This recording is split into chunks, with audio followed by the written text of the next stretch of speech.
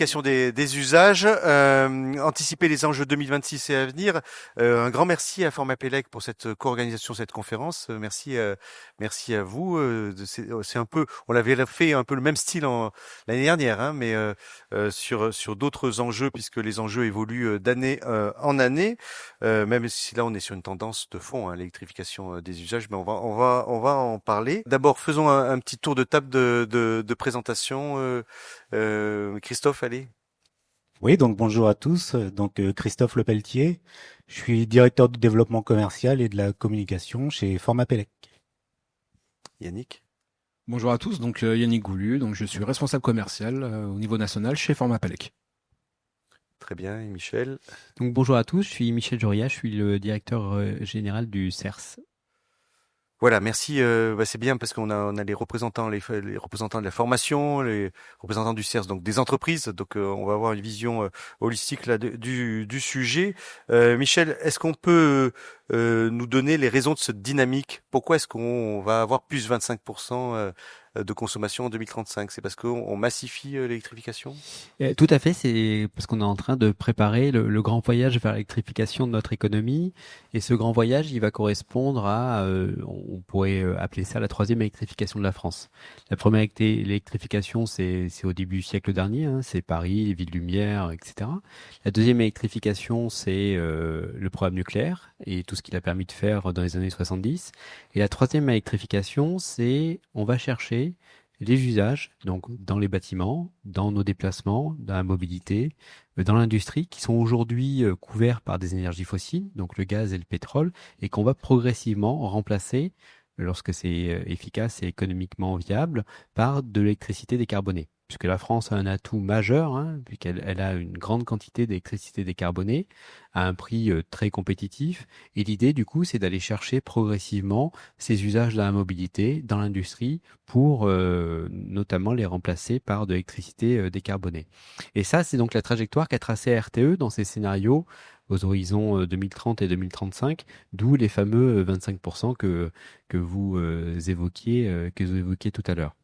Et cette troisième électrification de la France, c'est vraiment quelque chose qui va à la fois chez les ménages, mais aussi chez les entreprises, chez les collectivités territoriales, dans chacun des secteurs industriels. Ça va être une évolution majeure de la manière dont on utilise et on consomme de l'énergie. Hein, puisque du coup, l'idée, ça va être de deux choses. La première, ça va être de transformer les procédés industriels et les équipements. Donc, on va remplacer une voiture thermique par une voiture électrique. On va remplacer une benne à ordures ménagères thermique par une benne à ordures ménagères électrique. On va remplacer un procédé de séchage au gaz par un procédé de séchage à électricité, typiquement dans l'industrie. Et on va remplacer ce qui est aujourd'hui alimenté par du gaz ou du fuel dans les bâtiments tertiaires par de l'électricité.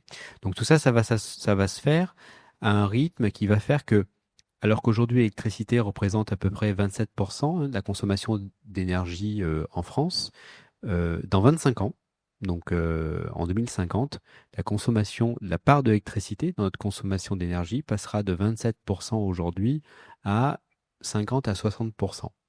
Donc c'est vraiment une transformation profonde de la manière dont on produit et on consomme de l'électricité. Et c'est un enjeu industriel et économique majeur dans un pays qui a de très gros atouts. Elle a de très gros atouts pour trois raisons. Un, on a de l'électricité en grande quantité et décarbonée. Ça, Grâce au nucléaire. Grâce au nucléaire, Ouais. grâce aux renouvelables, photovoltaïques et éoliens, qui permettent à la France de maîtriser l'ensemble des technologies de production d'électricité décarbonée. Ça, c'est un vrai atout. Ça, c'est la première chose. La deuxième chose qui est assez majeure, c'est qu'on a des équipementiers, donc des fabricants d'équipements de rang mondial. Hein. La France est leader et continue à être leader au niveau mondial sur ces sujets-là. Donc on a des personnes qui fabriquent des alternateurs, des transformateurs, etc., qui sont essentiels à l'électrification. Et pour finir, on a des entreprises qui représentent le CERS, typiquement, qui sont les intégrateurs, donc les personnes qui vont installer et piloter ces installations.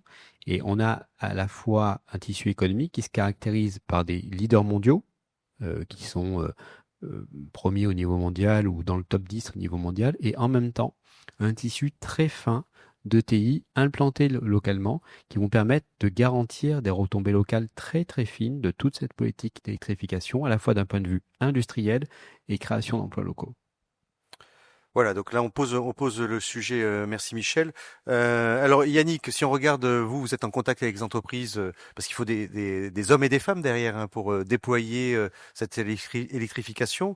Donc vous formez ces personnes. Si on regarde les entreprises, c'est quoi leur attente aujourd'hui quand elles viennent vous voir? Alors oui, bien sûr. Donc pour relever ces enjeux majeurs, les entreprises vont avoir besoin de développer de nouvelles compétences. Voilà.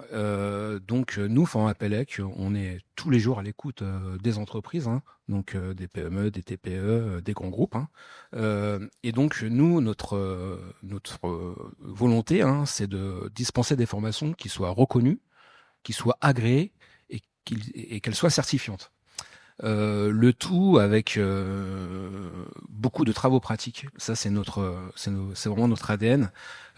Format Pélec est une association, donc chaque année, nous réinvestissons dans le développement de nos plateaux techniques, de manière à confronter le stagiaire à des équipements, des installations qu'il va rencontrer sur le terrain. Notre objectif, c'est vraiment de rendre opérationnel le stagiaire post-formation. Donc pour cela, on met le stagiaire, par exemple, là on peut voir sur cette slide nos équipements, notamment en IRVE, où notre valeur ajoutée, c'est de Donc mettre à c'est disposition. pour les décrire, excusez-moi Yannick, Oui. pour les décrire sur les diapos, c'est la diapo en haut à gauche, hein, c'est ça? Voilà, Pour le la public. diapo en haut à gauche, donc Ouais. c'est notre salle en IRVE, donc on dispose de 3 salles. Hein. Donc ça, c'est notre salle qui est sur notre agence de Cachan, mais on en a également une sur Pont du Château, près de Clermont-Ferrand, et une autre sur Dardy.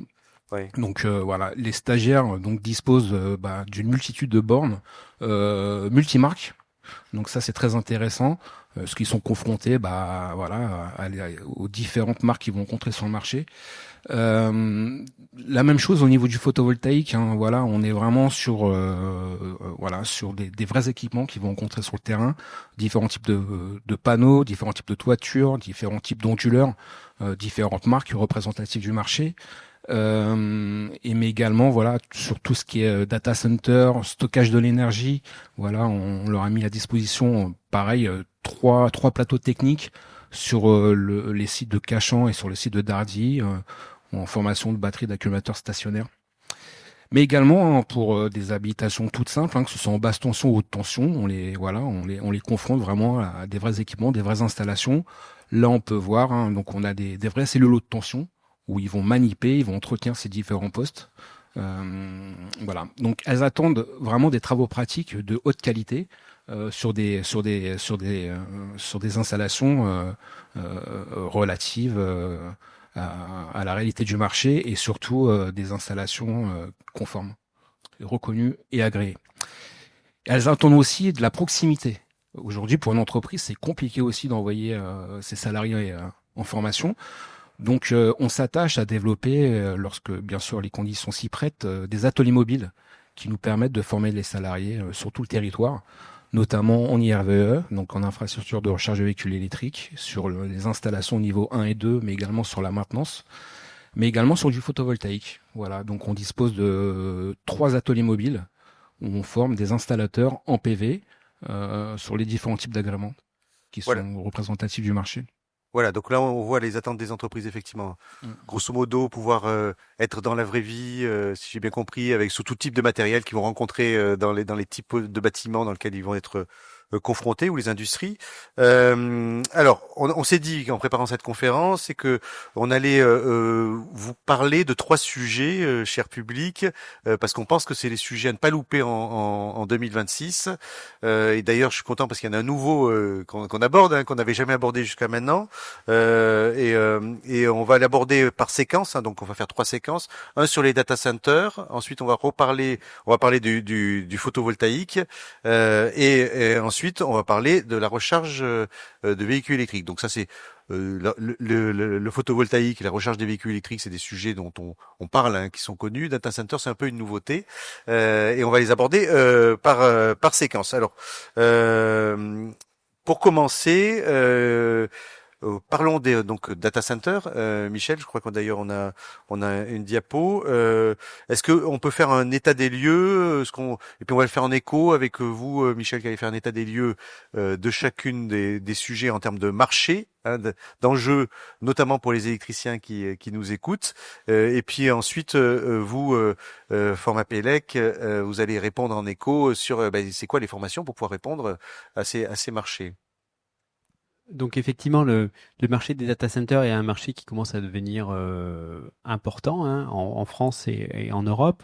Et la France tire plutôt bien son épingle du jeu, hein, puisque elle est en train de se situer à la 3e place au niveau européen en termes de capacité installée d'ici la fin de cette année.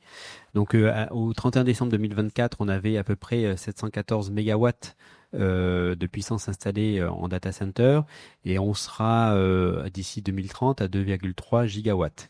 Donc on voit qu'on a une croissance extrêmement importante, hein. En 5 ans, on a une multiplication par quasiment 3.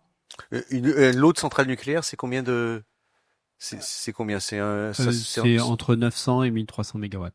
Voilà, donc ça donne une Ça idée veut là dire que c'est ça. Ça veut dire que grosso modo, il y aura dans 5 ans l'équivalent de la puissance de 3 centrales nucléaires installées en data center en France. Ouais, ça donne une idée de la puissance. Ça donne tout à fait une idée, et ça veut dire qu'à cet horizon de temps-là, la consommation d'électricité des data centers représentera à peu près 4% de la consommation d'électricité en France. Donc c'est un marché qui est tiré essentiellement par le développement de l'intelligence artificielle. On voit notamment sur le graphique là présenté que à l'horizon 2035, hein, la part des usages consacrés à l'intelligence artificielle représentera la moitié des capacités installées. Oui, parce qu'il y a deux couleurs là. Il y a la couleur bleu foncé et la couleur bleu clair, c'est intelligence artificielle. Voilà, c'est ça. La couleur bleu clair, c'est l'intelligence artificielle, et la couleur bleu foncé, c'est le cloud, donc qui est déjà en place aujourd'hui. Et donc, à un horizon de 10 ans, hein, on aura l'intelligence artificielle qui représentera la moitié des capacités installées et des besoins, hein, de data center et de puissance associée. Donc c'est un marché qui est assez dynamique, hein.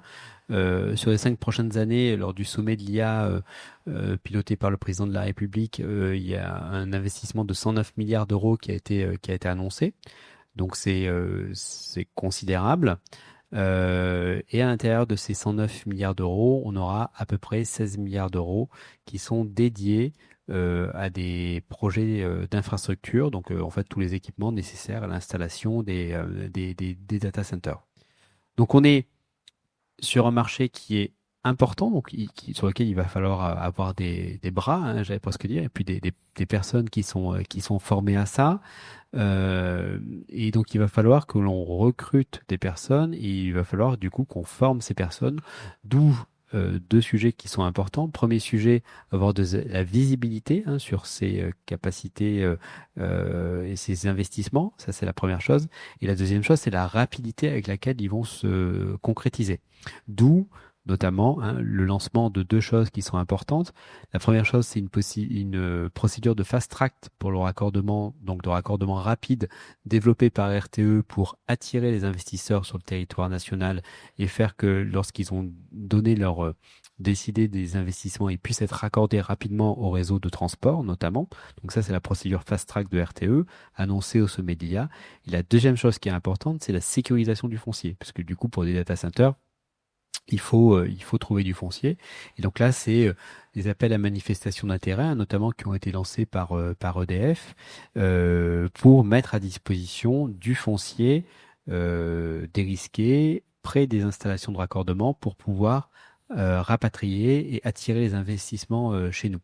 La France est regardée aujourd'hui comme un îlot, hein, de ce point de vue-là, un îlot très attractif, puisque dans beaucoup d'autres pays qui étaient un peu en avance sur nous sur ces sujets-là, je pense notamment à l'Irlande ou aux Pays-Bas, on a un goulet d'étranglement lié à la capacité, la quantité plutôt d'électricité disponible pour alimenter ces data centers. Et là, la France a un vrai atout, puisqu'aujourd'hui on est en situation d'excédent de production d'électricité, et vu qu'on est en situation de surplus d'offres, on a tout intérêt à attirer ces investissements chez nous pour du coup utiliser en plus une électricité décarbonée. Voilà, donc derrière ce sujet, comme vous le disiez, il faut des hommes. Juste une question avant que Christophe nous réponde sur les formations pour répondre à ces enjeux. Les entreprises aujourd'hui, elles arrivent à répondre aux besoins là qui sont demandés dans les data centers, ou elles manquent de capacité humaine? Alors aujourd'hui, elles y arrivent, mais elles ont devant eux, enfin nos adhérents ont devant eux un joli défi qui est ce qu'on appelle le défi de l'hyperscale. Donc ce sont les data centers de très très grande puissance, donc des data centers de puissance de 500 mégawatts typiquement. Alors il n'y en a pas 50, mais il y en a 3-4 qui sont de très très gros équipements. Et là, il y a un défi en matière de capacité à faire qu'il faut qu'on relève collectivement et qui sont essentiellement des data centers guidés par les besoins de l'IA. Alors, maintenant, si on regarde les formations là pour répondre au data center, parce que vous, effectivement, votre métier, c'est d'adapter les formations en fonction des besoins des entreprises et des marchés. Christophe? Oui, donc quand on parle data center, effectivement, on parle tout de suite d'une exigence très élevée sur les infrastructures électriques. On veut des infrastructures vraiment robustes, redondantes, très très fiables. Donc l'alimentation, tout ce qui est tableau électrique, les onduleurs, dès la conception, il faut absolument prendre en compte tout cet aspect. C'est vraiment une conception particulière. On ne conçoit pas un data center comme une usine ou un bâtiment de bureau. C'est vraiment très particulier, et cela dès l'arrivée électrique, je dirais. Donc, j'en profite de ce moment et de la partie data center pour rappeler que depuis le 1er septembre, donc la nouvelle norme concernant la conception des installations électriques est applicable. Donc évidemment, nous on forme à la conception avec tous les outils qui vont bien et les logiciels de dimensionnement. Et ça, quand on conçoit un data center, au moins sur la partie électrique, parce qu'il y a plusieurs enjeux majeurs dans un data center en termes de fiabilité. Il y a aussi tout ce qui est aspect régulation de la température, climatisation, etc. Mais c'est vraiment pour avoir la chance d'avoir visité des data centers et puis de voir les évolutions depuis 10-15 ans. Quand on voit les tout derniers data centers, ce sont vraiment, là vous avez quelques images, quelques illustrations, mais ce sont vraiment des installations techniques très très pointues qui nécessitent d'avoir un bureau d'études vraiment dimensionné pour répondre à ce type d'installation et surtout bien formé sur la conception, la distribution électrique. Donc ça, c'est je dirais, sur la partie vraiment conception. Ensuite, oui, je vous donner la tête. Ouais. Du coup. Ensuite, faut penser aussi qu'aujourd'hui, comme le disait Michel, on est quand même les troisièmes au niveau européen, et un enjeu très très important, c'est la maintenance, l'exploitation. On pense toujours à la conception, on pense toujours à l'installation, mais la partie maintenance est vraiment cruciale et il n'y a vraiment pas le droit à l'erreur. Tout doit vraiment être bien programmé. La moindre coupure n'est pas envisageable, donc tout doit être redondant. On doit tout de même quand même faire les essais nécessaires, les entretiens nécessaires. Par exemple, dans un data center, oui, vous avez les essais des différentiels à faire, à réaliser. Il y a donc des systèmes qui nous permettent de faire ces essais tout en continuant l'exploitation du data center et de ne surtout pas couper. Et pour ça, il faut être bien formé. Donc nous, on propose des formations vraiment depuis le poste haute tension, donc les arrivées haute tension, les arrivées après 20 000 volts, les transformateurs, les TGBT.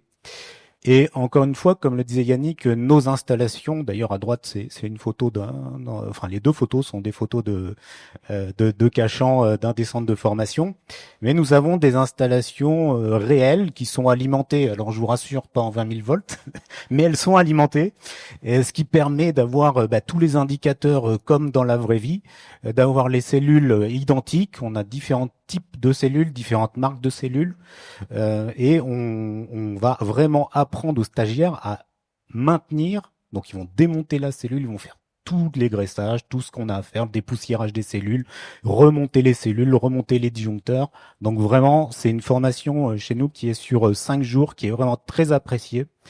Je sais par expérience que ce type de formation très pointue, il y en a très peu. à part chez les constructeurs, mais là, quand vous voulez une formation, c'est sur différents types de matériel, elle est vraiment très très complète. Donc ça, c'est vraiment pour la partie maintenance, exploitation du data center. Ensuite, on a un troisième enjeu. Évidemment, il y a aussi tout ce qui est, je dirais, réseau. On sera à même aussi de former au travers des dispositifs dont va nous parler Yannick un peu plus tard, mais former des demandeurs d'emploi aussi bien sur la partie électrique que sur la partie réseau.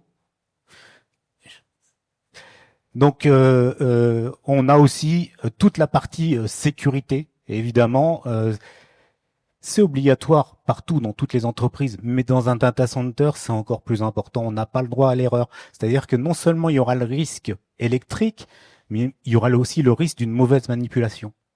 C'est tout bête, hein. Mais j'ai un exemple vraiment qui me revient par mon expérience, mais c'est tout simplement un dispositif de coupure d'urgence mal placé ou un technicien en ouvrant la porte a tapé dedans. Voilà. Donc c'est des choses comme ça où il faut être hyper sensibilisé. Et il tape dedans, ça coupe les et voilà, Netflix potentiellement partout, ça va tout le monde tout en même couper. temps. Ouais. Donc on va plus loin que l'habilitation électrique parce que bien sûr on va maîtriser le risque, mais il faut maîtriser l'environnement. Et là on est dans un environnement où on n'a vraiment pas le droit de faire une mauvaise manipulation. Autant dans d'autres installations, si on a coupé un bureau, c'est peut-être pas si grave que ça. Mais là, si on fait une erreur de manipulation, ça peut avoir des conséquences fâcheuses. Donc nous, on propose les habilitations électriques. Alors là, je vous ai mis un petit peu le panel des formations d'habilitation électrique basse et haute tension, plutôt pour les électriciens. Mais évidemment, il faut aussi former le personnel non électricien qui va venir dans ces locaux. Hein. C'est d'ailleurs un sujet très important par rapport à l'exemple que je viens de donner. Dans ces data centers, on va forcément retrouver des capacités de stockage, des onduleurs, plein d'installations qui vont certainement nécessiter une formation complémentaire, notamment pour intervenir sur les batteries. D'accord. Donc Cachan, Dardilly, on a ces installations où on va former. En plus de l'habilitation électrique classique, hein, on va former nos stagiaires au travail sous tension. Alors ça peut même être sur l'installation électrique. Et là, ce qu'on voit, c'est un travail sous tension plus sur des batteries qui nous permettent évidemment de stocker l'énergie.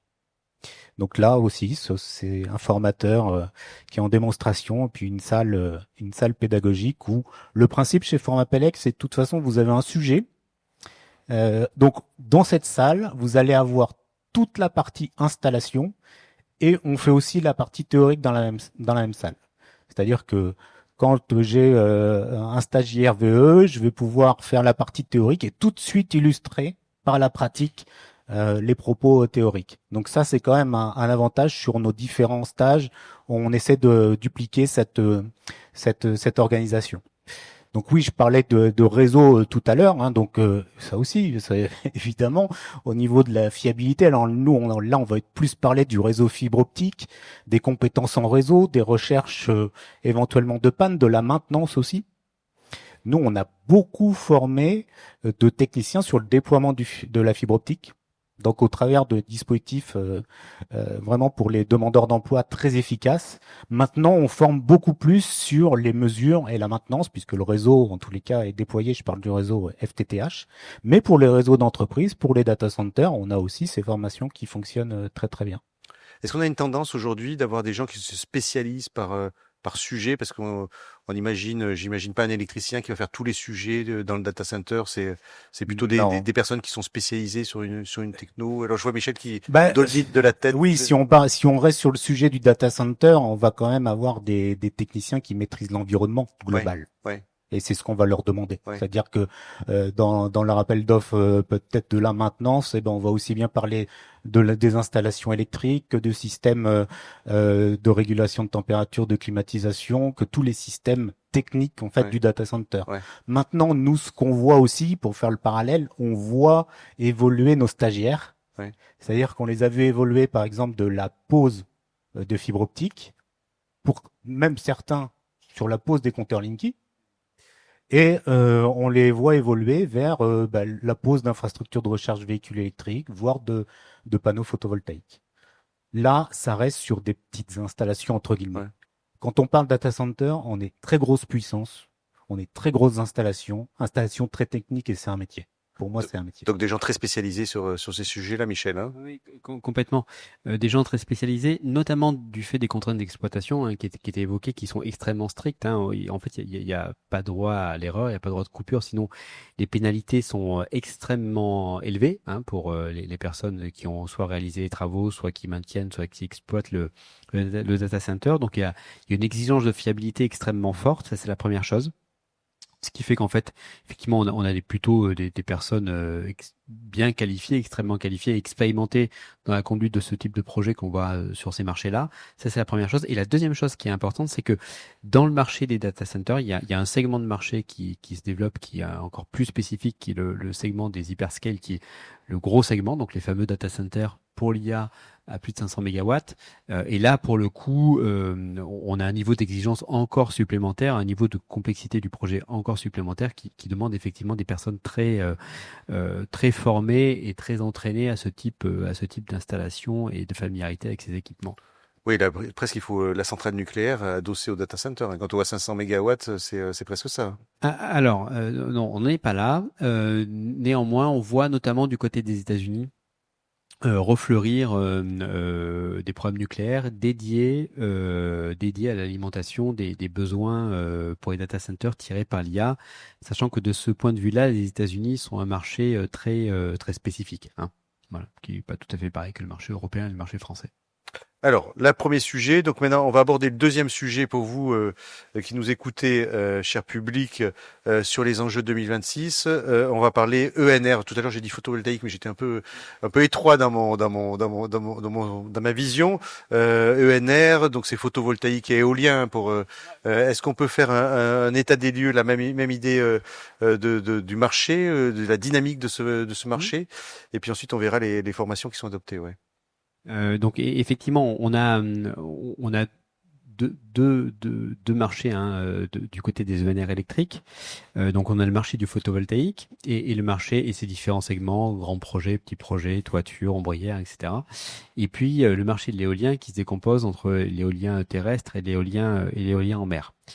Donc on est aujourd'hui sur des marchés qui sont des marchés importants par leur taille, puisque en termes de capacité installée aujourd'hui, on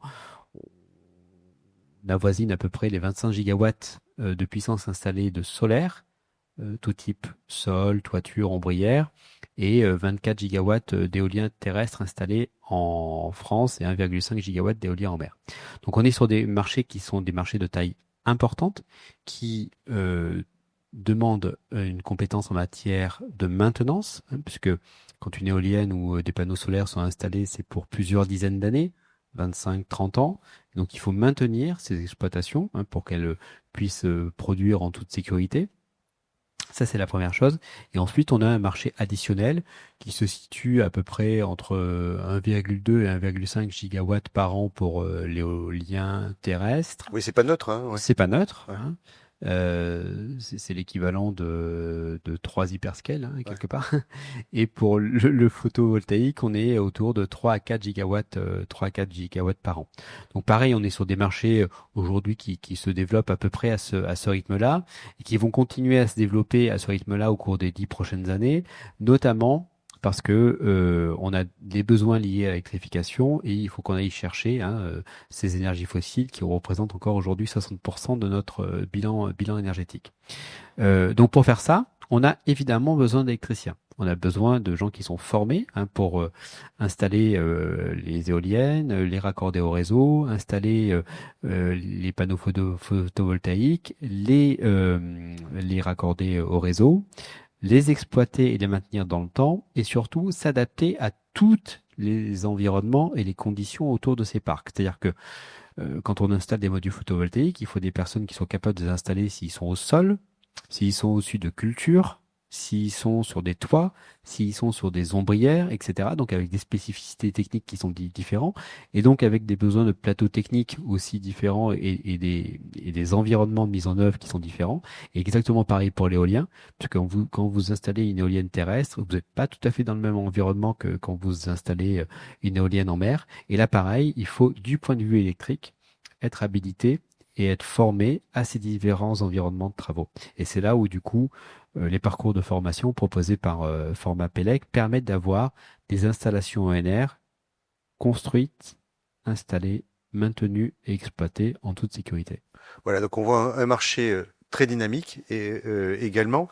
Alors si on regarde maintenant les formations alors qui sont associées à ces sujets, Christophe. Oui, donc moi j'ai fait un focus effectivement sur les formations plutôt photovoltaïques. Alors, bien sûr, le prérequis, c'est l'habilitation électrique, sachant qu'il y a des habilitations électriques spéciales pour les installations photovoltaïques. Il y a une mention spécifique.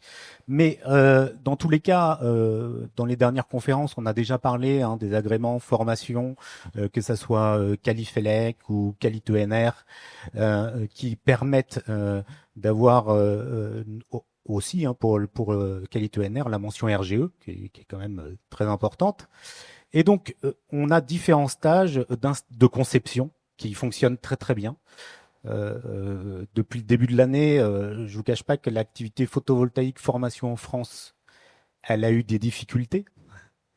Pour les organismes de formation qui étaient uniquement centrés sur les formations en installation, ils ont des très très grosses difficultés. Nous, on a un catalogue formation très varié, puisqu'on va de la conception jusqu'à la maintenance. Oui, mais pour autant, il y a quelque chose que je comprends pas. Pour autant, on installe ce que j'ai vu, ce qu'a décrit Michel, beaucoup de photovoltaïque encore. Alors c'est peut-être sur des grosses installations et on fait moins de photovoltaïque sur des petites installations. Disons qu'il y a eu en 2025, du coup, il y a eu un gros à-coup lié à l'évolution du tarif S21, donc qui était un des tarifs dédiés aux petites installations et qui est passé depuis le 22 septembre dernier à un système de tarif d'achat qui était en place depuis 2021, d'où S21, à un système d'appel d'offres. Et d'appel à projet, du coup. Donc on fonctionne, on a quelque part changé les règles, et à partir du moment où on change les règles, il faut que le temps que les acteurs économiques, à la fois les personnes qui installent, les producteurs, et puis à la fois les clients, quelque part de ces installations derrière, s'adaptent à ces nouvelles règles économiques. Et pendant ce temps de latence-là, qui est un peu un moment de brouillard quelque part, évidemment, les entreprises lèvent un peu le pied en disant quel va être le dimensionnement de ce nouveau marché avec cette nouvelle règle du jeu, et en fonction du dimensionnement de ce nouveau marché avec cette nouvelle règle du jeu, est-ce que j'envoie typiquement mes équipes se former sur le photovoltaïque, ou est-ce que j'envoie mes équipes se former plutôt sur les IRVE, ou est-ce que j'envoie mes équipes se former plutôt sur les data centers. Voilà, d'où l'importance, et ça c'est deux choses qui sont importantes. La première, c'est la stabilité. En fait, si on veut réussir le voyage de l'électrification, il faut de la stabilité et de la visibilité dans les politiques publiques. Ça peut paraître une tautologie de dire ça. C'est un appel au gouvernement, là. Mais c'est quelque chose qui est important. La première chose. Et la deuxième chose, c'est l'importance de raisonner en filière. C'est-à-dire que plus on raisonnera en filière, donc avec une capacité à organiser, j'allais presque dire, des transferts de compétences d'un segment à un autre de marché, parce que pendant un moment, on va pouvoir, par exemple, booster les data centers, puis à un autre moment, ça va être les IRBE, puis le lendemain, ça va être le photovoltaïque, etc. Il faut être en capacité de raisonner en filière pour pouvoir organiser les transferts de compétences, et d'où l'importance des modèles économiques qui reposent sur une vraie diversification. Ça, c'est très très important pour être beaucoup plus résilient et solide. Christophe, oui. Oui, justement, au niveau de la diversification, cette année, pour notre catalogue 2026, on a voulu compléter notre offre puisque, oui, on a formé à l'installation. Maintenant, on veut vraiment former des très bons techniciens à la maintenance. Donc, on a fait vraiment un stage spécifique de 3 jours que sur la maintenance d'installations photovoltaïques. La tendance, du coup, par rapport aux annonces de début d'année, Ben, on a vu fleurir les stockages d'énergie, puisque ben voilà, si je peux pas revendre au tarif auquel je prétendais avant, autant que je stocke mon énergie et que je l'utilise quand mon installation photovoltaïque ne produit pas. Et donc, on a tout de suite pris le créneau en disant, bah voilà, il faut absolument proposer un stage sur aussi bien le dimensionnement, les contraintes d'installation des batteries, hein, parce que suivant les bâtiments dans lesquels on va se trouver, on va avoir des contraintes différentes. Et c'est une formation assez courte, hein, sur 2 jours, mais vraiment dédiée au stockage électrique, puisqu'il y a différentes formes de stockage. Mais nous, on reste quand même un organisme de formation en génie électrique, et donc nous, on parle du stockage purement électrique. On a aussi développé un nouveau stage, c'est sur la pause, puisque vous avez les formations qui sont qualifiantes, comme j'ai dit tout à l'heure, Qualifelec, Quali-ENR, même reconnues par Qualibat, nos formations. Donc ça veut dire qu'avec ces attestations de réussite, vous pouvez demander un agrément à Qualibat ou à Qualifelec ou à Quali-ENR, hein, pour les formations qui sont référencées. Donc ça c'est vraiment très important, et nous on travaille aussi sur ce sujet-là avec les organismes pour faire agréer ces formations, maintenant ces stockages. Vraiment très très important.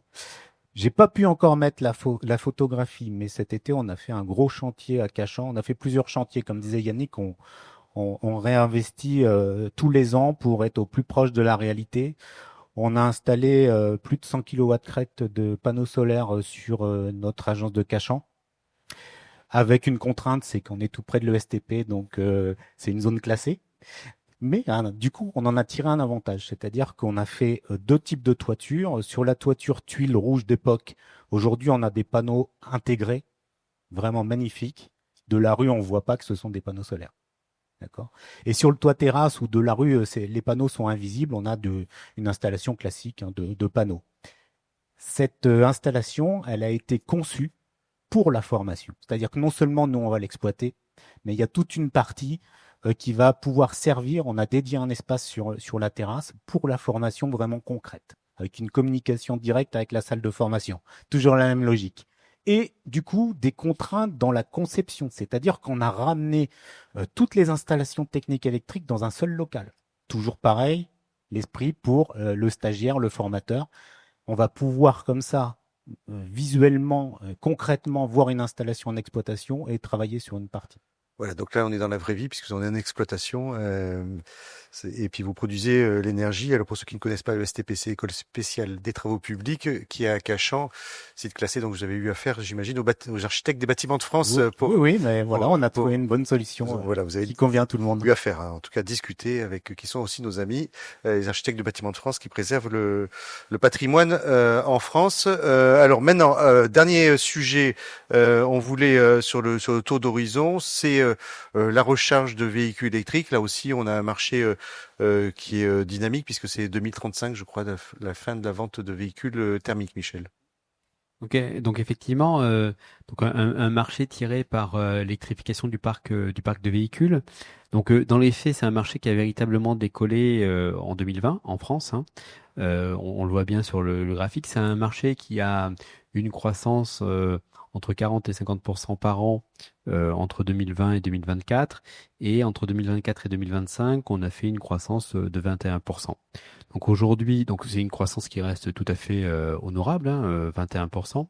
Mais on voit bien que du coup, là encore, comme sur le photovoltaïque ou les énergies renouvelables d'une manière générale, il est important d'avoir une forme de constance et de visibilité dans les politiques publiques, hein, pour garder des trajectoires de croissance qui nous permettent d'accompagner l'électrification des usages et notamment la conversion du parc de véhicules thermiques aujourd'hui. Donc aujourd'hui, on a en France 174 000 points de charge, à peu près, voilà. Donc une borne de recharge, c'est 2 points de charge. Donc il y a à peu près 85 000 bornes de recharge aujourd'hui implantées en France dans l'espace public. Et c'est un marché qui se dimensionne à peu près, hein, autour de 300 à 400 millions d'euros par an, à peu près. Et dans ce marché-là, assez classiquement, il y a entre 10 et 15% qui viennent s'ajouter en plus, qui sont liés à la maintenance. Donc comme sur les panneaux solaires, comme sur les éoliennes, en fait comme sur tous les équipements, notamment électriques, parce qu'on parle d'équipements électriques aujourd'hui, il y a de la maintenance du coup. Et cette maintenance, elle permet d'avoir une qualité de service à l'utilisateur qui est garantie. Sur ce marché, on a 2 horizons. On a un premier horizon autour de sa diversification vers les poids lourds, puisque les batteries ont fait un progrès extrêmement important au cours des dernières années et des usages dont on ne pensait pas qu'ils seraient électrifiables il y a 4-5 ans, aujourd'hui ce sont des usages qui sont électrifiables et on voit émerger une offre de véhicules utilitaires légers, une offre de poids lourds légers, une offre de poids lourds électrifiés. Donc là, vous voyez les chiffres. Hein. Aujourd'hui, on a eu en 2024 670 poids lourds électriques qui ont été immatriculés en France. Il y en aura un peu plus de 1000 à la fin de l'année, au cours de l'année 2025. Et on voit comme ça des grands gestionnaires de flotte de poids lourds s'électrifier progressivement. Évidemment, quand on dit électrification des poids lourds, on dit adaptation des bornes de recharge. Il faut avoir des bornes de recharge dédiées aux caractéristiques et aux puissances demandées, aux contraintes d'exploitation et de rapidité des chaînes logistiques. Donc on a devant nous tout un marché du développement de bornes de recharge dans l'espace public dédiées aux poids lourds. Donc ça, c'est quelque chose qui va être une forme de relais de croissance sur le marché des bornes de recharge avec des caractéristiques techniques un peu différentes de celles des bornes de recharge pour les véhicules légers, mais un savoir-faire pourra être transféré et utilisé. Donc ça, c'est une première dimension sur le relais de croissance. Et on a une deuxième dimension sur le relais de croissance qui va se jouer après les municipales, donc à partir de mars 2026. C'est qu'une bonne partie des bornes de recharge installées au cours des 10 dernières années, plus de 60%, ne sont pas des bornes de recharge rapides. Et aujourd'hui, l'attente de l'utilisateur en recharge libre dans l'espace public, c'est les bornes de recharge rapides. Pour deux raisons. Un, les caractéristiques des véhicules légers a évolué. Ils sont plus puissants. Ils ont une capacité à embarquer de stockage beaucoup plus importante, une autonomie aussi beaucoup plus importante. Et deux, on a pris l'habitude, j'allais presque dire, d'avoir des bornes de recharge et une mobilité électrique qui se déploie, et donc il faut une qualité de service qui augmente, et donc il faut des bornes de recharge rapides. Donc ça, c'est les deux marchés qui vont être des relais de croissance pour réadapter le parc de bornes existant à cette demande de recharge rapide. Donc ça, c'est vraiment l'enjeu pour les territoires et les élus pour le mandat qui va s'offrir à partir de mars 2026. Et là, il va falloir qu'on forme aussi des équipes. Puis l'autre segment de marché qui va se développer, c'est tout ce qui tourne autour des bandes de recharge rapides. Pour les poids lourds, excusez-moi. Voilà, pour les poids lourds. Effectivement, il y a des aides aussi maintenant, vous avez précisé, pour les poids lourds.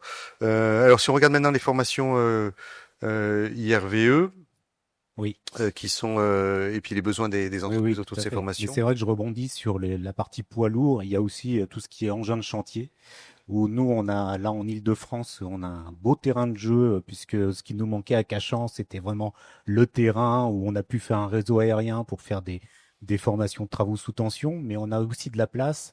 Et comme on a créé, je dirais, vraiment un partenariat avec d'autres centres de formation, notamment qui réalisent des cassettes, qui ont des engins de chantier, même une grue à tour.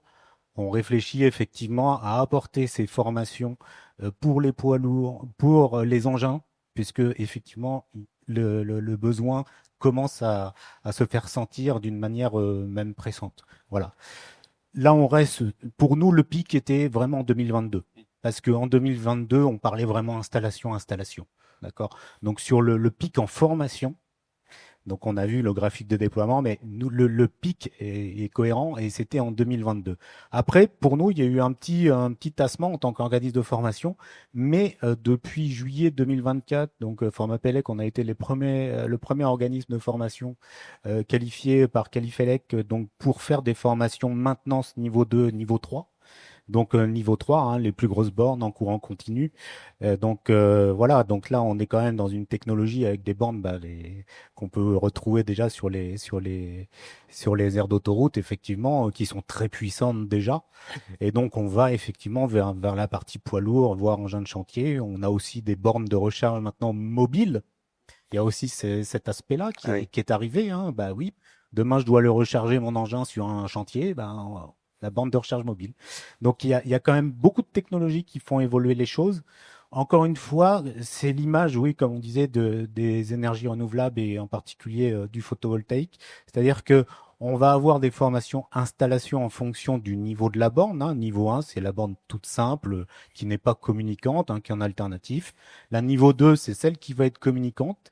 Et la niveau 3, c'est vraiment les plus grosses bornes en courant continu. Donc l'installation, voilà, IRVE, P1, P2, P3. Ensuite, la maintenance, M1. Donc on est resté dans la même logique, niveau 1, niveau 2, niveau 3. Niveau 2, niveau 3. Donc effectivement, c'est important d'avoir des bornes qu'on renouvelle régulièrement. Là aussi, il y a de l'investissement, des partenariats avec des fabricants. On a, dans la salle que vous voyez à Cachan, on a 17 bornes IRVE. Donc, il y a de quoi faire. Les stagiaires peuvent évoluer et faire leur partie pratique sans problème sur des 1, 2, 3. On a aussi un stage vraiment très important dans la conception des installations.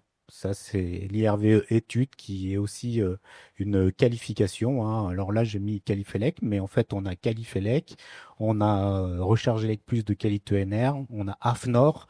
Donc en fait, nous, après l'entreprise, le stagiaire peut choisir hein, de se faire qualifier chez Qualifelec, chez Quali-ENR ou à l'AFNOR. On est agréé par les 3 organismes.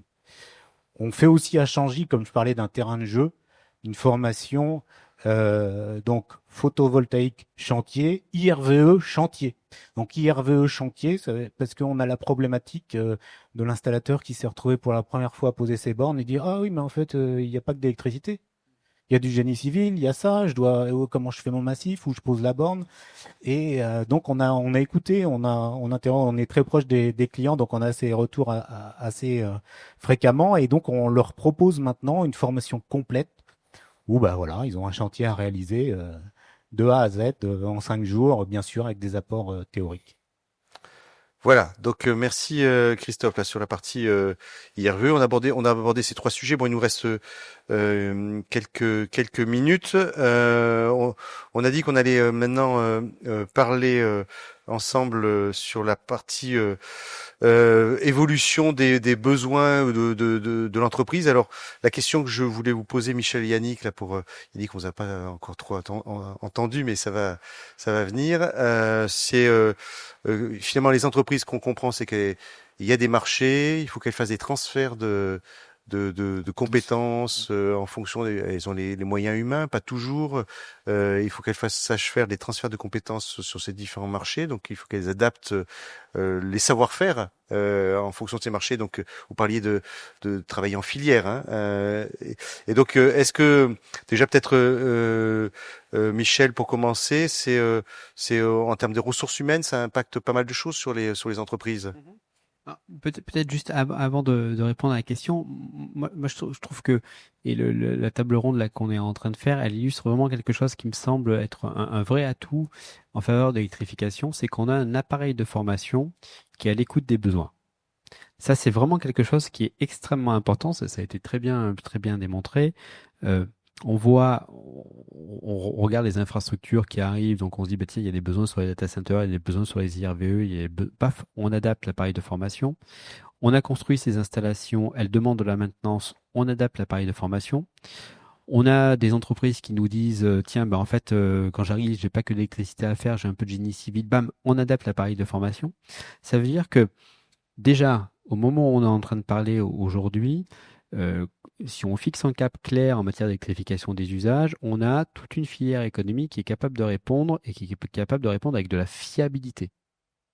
On n'est pas sur un secteur économique sur lequel on va rentrer avec des problèmes de contre-référence, etc. parce qu'on a déjà et des équipes et un appareil de formation qui sait répondre à ça. Ça, c'est un vrai atout.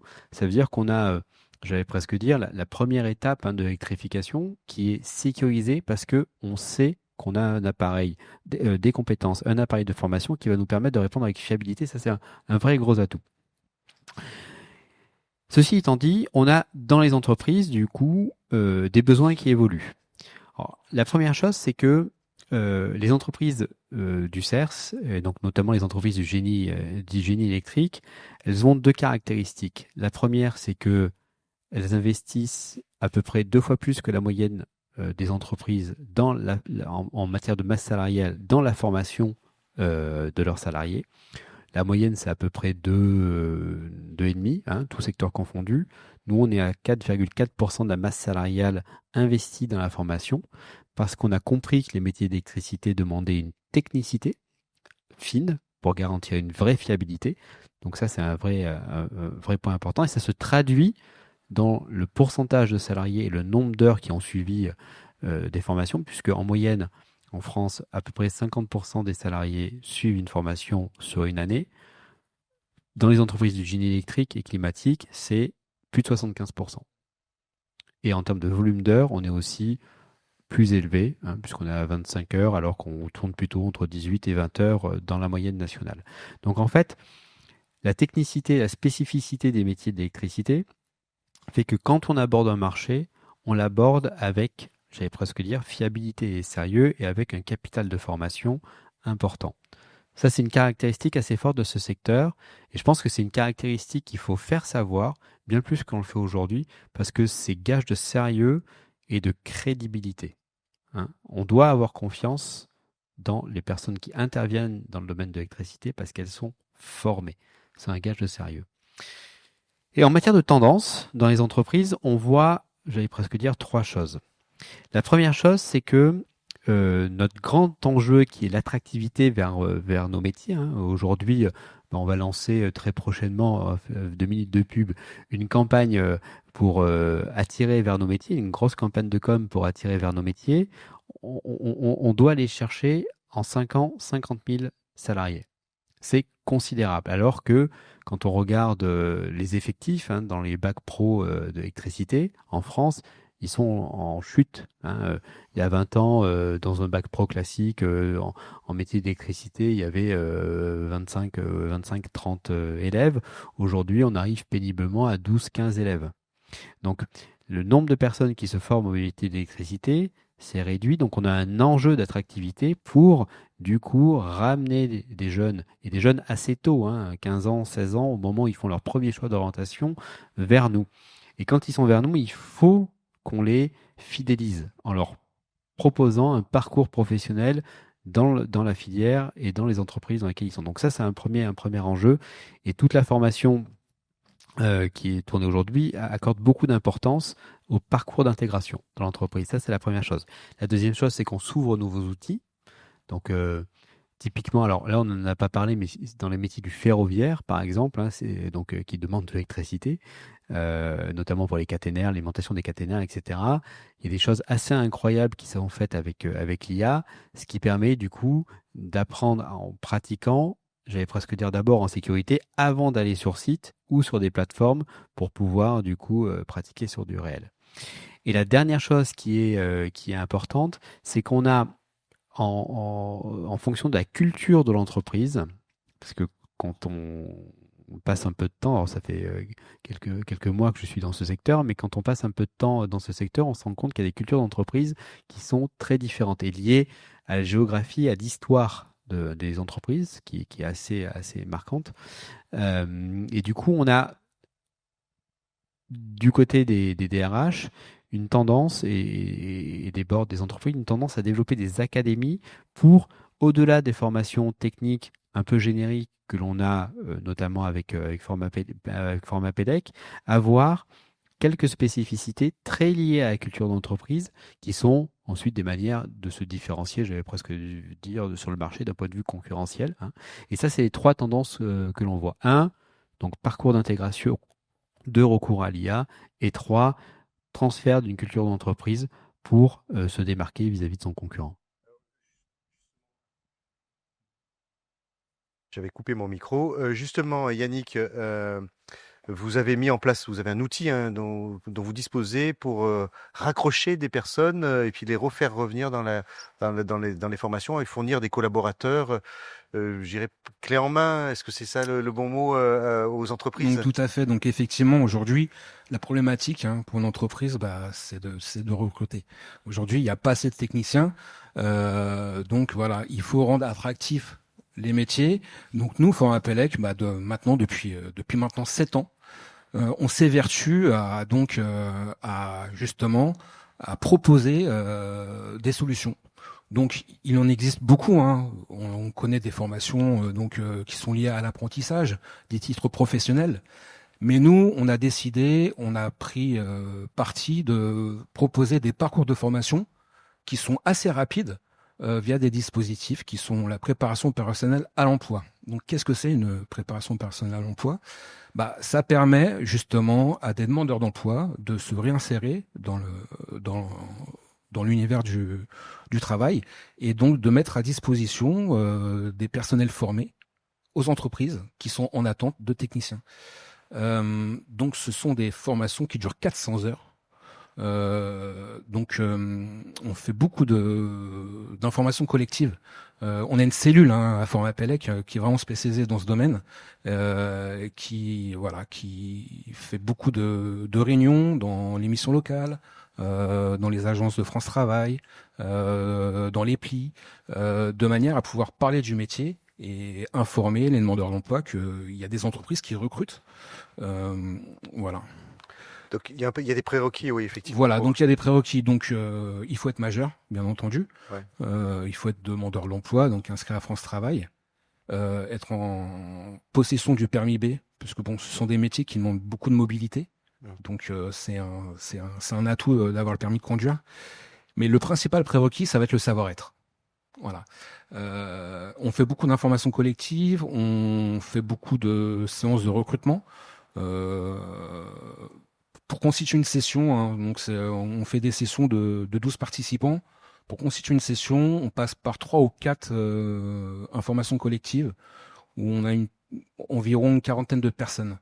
Donc, en gros, pour une session, on va sélectionner 120 personnes et à la fin, il en restera 12. Voilà. Donc, nous, on prime vraiment sur le savoir-être. Et ensuite, toute la technicité, ils vont l'apprendre durant la formation avec, justement, on l'a vu, nos ateliers qui permettent de confronter donc ces demandeurs d'emploi sur leur futur métier et les rendre opérationnels sur le terrain. Oui, là, ils ont des entreprises derrière qui, avec une promesse d'embauche ou pas? Alors oui, tout à fait. Donc l'objectif, c'est de mettre à disposition des demandeurs d'emploi sur le marché du travail.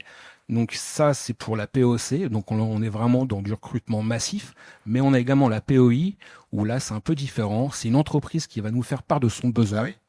Qui va donc informer France Travail qu'elle est en attente de recruter tel ou tel type de métier. Et nous, on va écouter cette entreprise et on va lui proposer un parcours sur mesure. Oui. Voilà. Oui, parce que Michel, finalement, les entreprises, elles ont le choix de transférer leur personnel en interne en fonction des besoins spécifiques d'un marché, donc de former les personnes à une mobilité interne, mais j'ai bien compris, avec l'électrification des usages plus de 25%, on n'y arrivera pas. Il faut forcément recruter à l'extérieur. Il faut forcément aller chercher des compétences à l'externe, et j'allais presque dire, je crois que vous l'illustrez bien, prendre les gens comme ils sont et les former petit à petit à nos métiers pour contribuer à cette belle aventure d'électrification. En termes, oui, Yannick, vous vouliez dire autre chose sur donc notre objectif, c'est de remettre à l'emploi ces personnes qui étaient éloignées de l'emploi, donc réduire le chômage, améliorer donc les compétences au sein des entreprises, faciliter l'insertion professionnelle, répondre aux besoins des entreprises et obtenir, Et effectivement, l'entreprise s'engage lorsqu'elle fait appel à Formapélec à l'issue donc de la période d'observation qui est de 15 jours. De proposer aux stagiaires un CDD ou mieux un CDI. Et on a un fort taux de reclassement. Aujourd'hui, on est sur un taux de reclassement de retour à l'emploi de plus de 71%. Tout ça, c'est notre expérience qui a fait qu'on a un fort taux de reclassement. On fait à peu près 8 à 10 sessions par an sur différentes thématiques. Donc, on forme des électriciens du bâtiment, on forme des agents multitechniques du bâtiment, on forme des monteurs en tennis 5G, des monteurs câbleurs en éclairage public, des aides-monteurs réseau en souterrain ou en aérien en basse tension.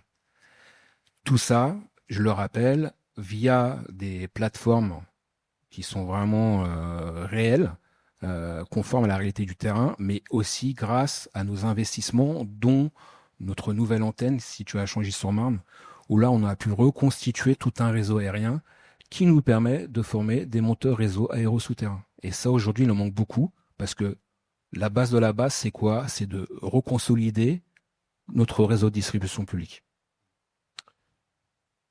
Je crois qu'il y a une dernière diapo. Ça, c'est le processus, mais Voilà. Donc, effectivement. les avantages pour l'entreprise, c'est d'avoir un technicien formé, habilité, opérationnel.